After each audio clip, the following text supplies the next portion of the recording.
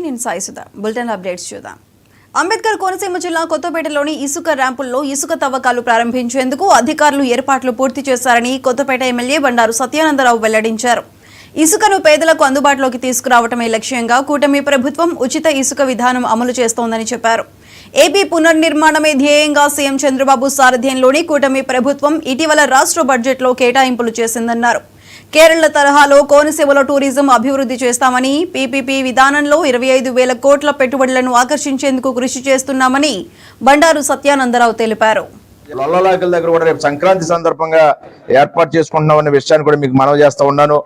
లొల్లలాకులు కూడా కొత్తగా ఆధునికర ఘట్టాలు కూడా ప్రభుత్వ దృష్టికి తీసుకెళ్లాను. ఇరిగేషన్ మంత్రితో సహా, ముఖ్యమంత్రి గారితో సహా, ప్రిన్సిపల్ సెక్రటరీతో సహా, చీఫ్ ఇంజనీర్తో సహా అందరితో మాట్లాడటం జరిగింది.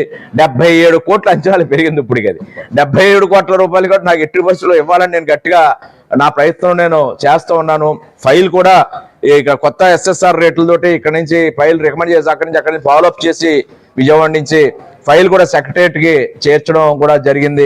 సాయి చంద్ర గారు ఇరిగేషన్ ప్రిన్సిపల్ సెక్రటరీ గారితో, జాయింట్ సెక్రటరీ ఆచార్య గారితో వీళ్ళందరితో కూడా మాట్లాడి దాన్ని ఫాలోఅప్ చేస్తా ఉన్నాం. తప్పనిసరిగా లొల్లలాకులు శాంక్షన్ చేయించి తీరుతాననేది కూడా ఈ సందర్భంగా మనం చేసుకుంటూ దగ్గర నుంచి బొబ్బర్లంగ దాకా కూడా మళ్ళీ రోడ్డు వెడల్పు చేసే కార్యక్రమాన్ని కూడా 35 కోట్లు త్వరలోనే మంజూరు కాబోతున్నాయి. చివరి దశలో ఉంది. అది కూడా కేంద్రం నుంచి నిధులు వచ్చాయి. అందులో మనం కోరుతా ఉన్నాం. అది కూడా తొందరలోనే మంజూరు అవుతున్న విషయాన్ని తెలియజేస్తా ఉన్నాను. 3 లక్షల రూపాయలతోటి వాడపిల్ల ఆలయానికి సంబంధించిన అభివృద్ధి పనులు CGF కింద అది కూడా చివరి దశలో ఉన్నాయి.